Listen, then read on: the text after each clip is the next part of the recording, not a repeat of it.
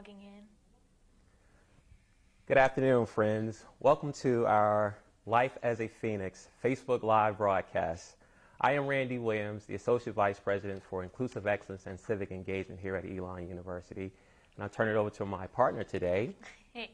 Hi everyone, my name is Isa and I am a senior. I am from Caracas, Venezuela, and I study psychology here at Elon. We're going to talk to you today about diversity, support, and inclusion here at Elon University.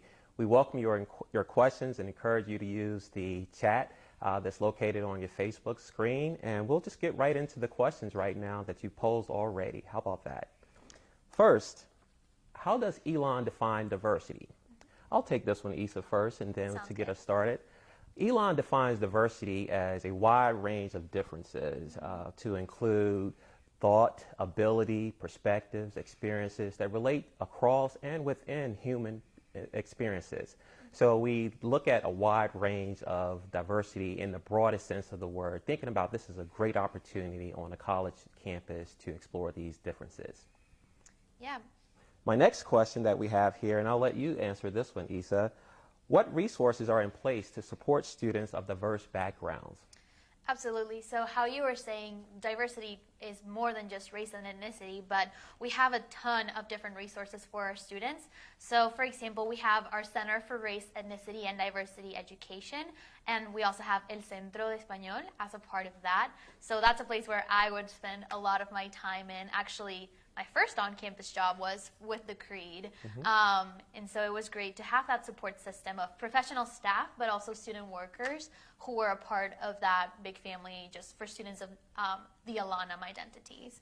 But then we also, like I said, have El Centro, which is a place that was first established as a Spanish center to help students learn Spanish, so people across backgrounds can access that. But we not only have conversation classes, we also have celebrations like Hispanic Heritage Month, which is my favorite. We have a kitchen there, so we have cooking classes. We always have the best food. So we not only are a support system for students of Hispanic and Latinx backgrounds, but we also just serve as just like a learning environment for everyone on our campus. But then we also have the GLC, Gender and LGBTQIA Center, which also has both professional staff and student workers there to support students and allies who wish to be a part of the activities. And we, of course, also have support for our international students with the Global Education Center, like myself. They help us with everything from the paperwork to just fun activities like local friend dinners with people from the Burlington community. Yeah, can you think of anything else? Yeah, we have so many resources here. They're much, overwhelming. Yeah. So you're also thinking about the Truist Center for Religious and Spiritual Life that speaks to our students of multiple faith traditions and worldviews, and that's a really great resource for students when we have students from all over the world and over the United States. So it's good to have that resource. Also think about disability resources as well, so the differently able people that are on our campuses, and then that really helps to facilitate the educational process as well. I agree. It's also a great resource because disability resources, the community is all very intertwined. Like I was a note taker for my classes and we're all helping everyone out just to be successful, but we also work on a confidential basis when possible. And for the GLC LGBTQIA Center, it is an awesome resource because like I said, we not only have professional staff there that put on, for example, we celebrate Pride Week here on campus, and we have a Spectrum, which is a student organization that we have programming put on. So we have barbecues, we have speakers come in to the campus, and of course also faculty and staff are a part of that as well. And like I mentioned before, we have ally trainings for faculty, staff, campus organizations to learn more about what it means to be a part of these identities and how we want them to feel welcome on campus and just educate ourselves on it. Yeah, I'll just add on to that to have the physical space as well in the GLC that's located on the second floor of Mosley, where students could come in to have the opportunity to engage with others who are exploring their identities and becoming stronger in their identities as well. So we're really happy to have that space for our students, and we all benefit when our students of multiple identities and background can flourish and thrive. Yeah, awesome. Yeah. All right, so we're getting questions in, so we appreciate the questions that are coming. So we're getting this next one here.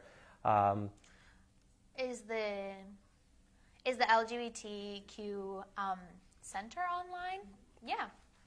So you can go to different resources online. You can go to our Elon website and then just type in the GLC or Gender and LGBTQIA Center on the search box, and you'll find a lot of information there about it. So, yeah. Absolutely. All that material is definitely available. A really accessible website, too, Yeah. to help you navigate. So as you mentioned, put in key words in the search function, and you're going to get a return of lots of resources. Yeah. And I believe also they have an Instagram account, if I'm not mistaken, so you can find them there as well. So I'll move down to the next question. How has Elon responded to instances of bias on campus in the past?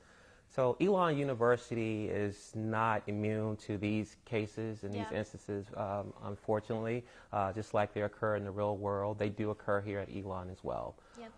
What's helpful, though, and very unique is that we have a system in place to respond to these cases. First, a lot of education goes into expressing and teaching about multiple ways of being, abilities, identities, perspectives, worldviews. And when instances stray away from these cases of this education here, we have a response system in place. When we have an online system that allows students to report instances of bias. And it's anonymous. And right? it's be anonymous as well. And if you're comfortable and you really want somebody to reach out to you directly, you have that option as well. Yeah. And then a third option too, you can actually have someone submit on your behalf. So that's a really nice feature to have. And after that occurs, we have staff who respond within 24 hours in most cases to these reports. So that's been really helpful. And then we've already named the different resources, the identity center spaces on campus, where staff there are trained to respond as well to support students in those cases. Yeah, absolutely. So you can reach out to them first or go to the online system, whichever you feel most comfortable with. Yeah. Yeah. All right. So we're going to say hi to Marina, and thank you for joining us from Brazil, my neighboring country, yeah. And Isabella from Ecuador, yeah. Great, great. Thank you all for joining us. We're happy to have you in this virtual space. What kinds of speakers does Elon bring to campus? So many. Yeah. Here at Elon, like I said before, we always have something going on, and it's really awesome that we have our cultural calendar, which you can also access online.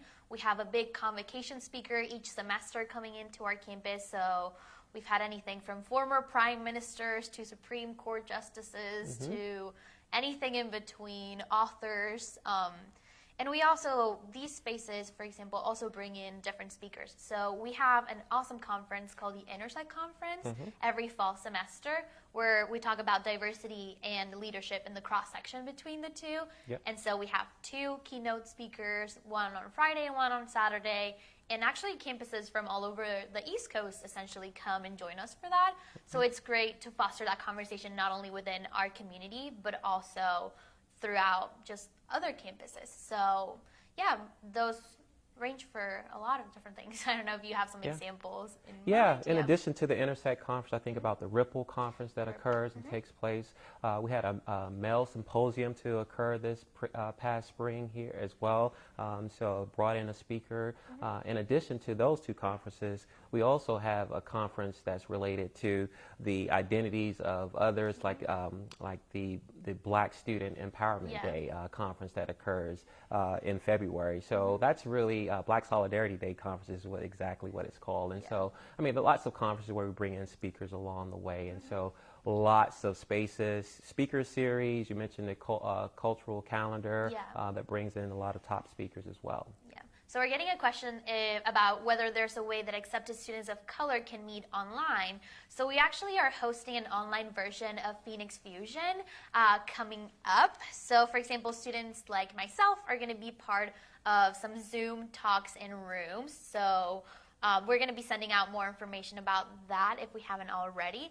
But it's going to be a great option because we acknowledge that our events are being canceled because of the current situation, and that Phoenix Fusion is a big part of why a lot of our students get to meet the campus and spend a night here. So we still want you to connect with current students, but also with others who are in the class, incoming class, and get to know each other before you get to campus. So great answer. Yeah.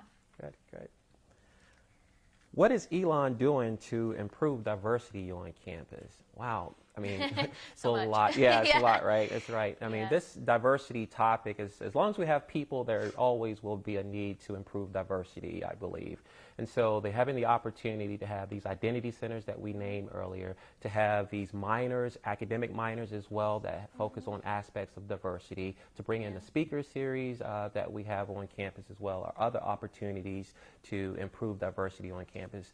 And we also do research as well, and so students and faculty doing research and presenting and sharing with the community as well. So great opportunities for this university to support this. I know, for example, I was a part of a working group for Latinx and Hispanic students when I was a sophomore. So we worked together with staff members as well as students to come up with solutions and bring in the voices of the student population. So we pulled out a survey, we did focus groups, and so like that was specifically for the Latinx and Hispanic population, but we have that across the board as well.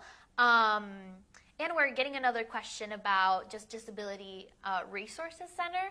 So I mentioned that we have note takers available, but we also have different study rooms. So if any of you has a learning difference where you require, for example, extended testing time, you can go to the center and get a private study room for you to take your test in, and of course your professor will be notified. And also we have, for example, if you need to miss class for whatever reason, we have exceptions like that, and it's really nice because the center is kind of like your advocate with your professors as well. So you talk to them, you get to them the proper documentation, and then they help you have those conversations with your professor. So extended testing, note taking, anything that you might need, maybe some audio visual help. So if you need your slides ahead of time, or if you need to be sitting in the front row of the classroom for whatever reason, you can do that. So they're really helpful. So we have a question coming in. May I contact the support center now to talk about my needs for next year? And the question is an astounding yes. Please engage with us often, as early as possible. We would love to have your questions and to respond to them. The centers, and you'll find as you engage with Elon University, we're really people-focused and centered. Community and relationships really matter, and we have expertise within these centers and support centers to answer questions, to really drive home that we really want you to be here, and we want you to be here and thrive here as well, to really situate you to go out into the world, to make a difference in your families and your communities and in the world as a part. So yes, please do reach out to these centers. I think a lot of these that we've named, if you go to the website, look at Campus Life, and scroll down, you see a series of these resources that are available just in this one-stop shop that you can click on and then connect with the staff listed in those spaces. Yeah, absolutely. And I feel like especially because we're in such a transitional time right now, a lot of these professors and staff members have made themselves available through email and things like that. So if you do want to reach out and look up the directory, for example, or talk to our admissions counselors. Also, of course, the tour guides and diversity ambassadors, they're available for you to answer any questions. So if you talk to an admissions counselor, they can put you in contact with a current student, and they would love to help you out with anything you want to know. All right, so I'm going to make my way down the list here. Some of these questions we've already addressed, which is a good, showing a lot of interest there. This one question at the bottom, what type of programming does the CREED offer? Well, first we probably should clarify what CREED is, right? So the CREED is the Center for Race, Ethnicity, and Diversity Education, affectionately known around campus as the CREED. So this is another space that's located in Mosley on the second floor. And this center relates and has a specific focus on supporting students of color. So Isa earlier mentioned Alonum students, and that relates to our African American, Black, Latinx, Hispanic, Asian Pacific Islander, Native American, and multiracial students. So we cut it down to say Alonum students. And so we've learned around this campus that those terms of Alonum and CREED go hand in hand together. And so the CREEDs provide support as well as advocacy for students, and we provide the diversity education as well through workshops, trainings, even consultations, consultation with colleagues, with students of how to handle difficult situations related to race and ethnicity, and other social identities as well. So CREATE offers lots of programming throughout the year. Yeah, for example, the incoming class of first-year students can have a peer mentor, so it's called the SMART mentoring program. So you get paired with a current student, and then you have like an instant friend on campus. They can like introduce you to their friend group and just like get lunch or I don't know, just help you navigate the campus and all the brick buildings that tend to look a little similar when you first get to campus. Yeah, you said that question just came in just relate to your answer that you're giving now about the SMART program, so connecting with upperclassmen. How do new students with diverse backgrounds connect with upperclassmen of diverse backgrounds? So that's exactly it. So we have the SMART mentoring program that you can sign up for, and it's just super fun.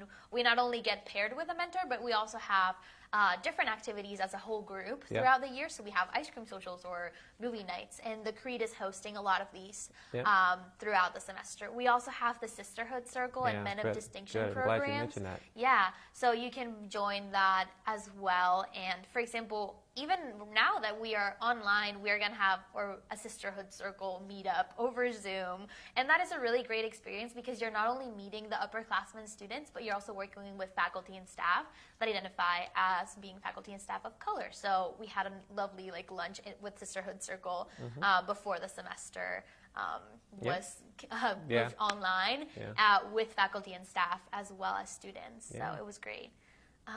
Will you host a few virtual meetups for students between now and move-in? So I believe Phoenix Fusion Online is one of those big opportunities for sure. But yeah, I 100% believe that we're going to have some other things. Absolutely. Down the line. I think that's safe to say because of where we are now with what's happening in the world. We have to make some pivots as well. We know that we're still looking to have students come onto campus and with some really valid questions and concerns. And so we want to make it as accessible as possible to bridge your questions with the answers that we can provide. Yeah, absolutely. Yeah. All right. So please continue to submit your questions through the chat, and we'll respond to those as they come in. Yeah. So do you have specific resources for diverse groups? So this is sort of related, but parenthetically it states academic support clubs and organizations. Yeah. So maybe we could talk about some of the organizations, the student organizations that are on campus. I know, we haven't really talked about the clubs yet. We have focused more on the offices, but we also have student organizations and clubs. So we have the Latinx Hispanic Union, we also have the Black Student Union, as well as so many other, so yeah, these are actually student run and student driven. So it's really awesome to have those as well because we have weekly meetings. We have also just professional development opportunities. I know that we of course meet up and have just fun events planned, but we also kind of lift each other up. So we have professional development opportunities. We have partnerships with, for example, the Student Professional Development Center, amongst a lot of other things. Oh, yeah, absolutely. May I work one-on-one with someone at the CREATE, a mentor? Oh, yes, absolutely. So once you see the physical space of the CREATE, you'll see there's a big open space once you walk in, and that's designed to breed community and people to make connections. But around the perimeter of the CREATE, there are professional staff as well. And these professional staff members are trained to engage with students, to get to know them better, to understand the challenges, the strengths, and the whole collection of things that they bring to campus to enrich this space. And so there are both professional staff as well as students there who work in the CREATE. So the student coordinators are there. You've been a student coordinator before, and so student coordinators are there to help as well. Yeah, and it's really nice and welcoming environment. Like you were saying, the doors to the offices are usually open. Even I have gone in multiple times and talked to Sylvia about a grade or on a test or something. If I was just having a hard time, and I know that they'll carve out time and get lunch with me or just be a support system for sure on campus. And so it's great to have those connections. And we're getting another question about how are international students supported. So as an international student, of course, I've been on the receiving end of that.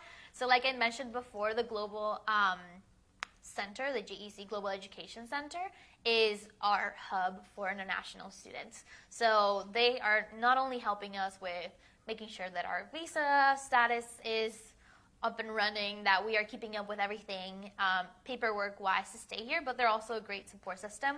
We also have the Elon International Society, which is student group or club as well. That is there and putting up events. So we have an international food and dance festival every spring. We have, like I mentioned, local friends dinners where people from the Burlington community come and make us home cooked meals. So it's just a really fun time and just really nice to have a home away from home for sure. And it really starts too with the orientation begins for international students. And we have orientation for international students. So I was able to move in a couple of days earlier to Elon, which was super duper nice because I got to get like my bearings of the space, get to meet the other international students and the resources available before we had the whole move in with everyone else. So it was great. Yeah. Great. Well, friends, thank you for joining Isa and me for this afternoon discussion around diversity, support, and inclusion at Elon. This session will be linked to our archive page if you want to see it again or if you want to refer others to it. If you have additional questions for our team, please reach out to admissions@elon.edu and we will respond with answers. Take good care of yourselves.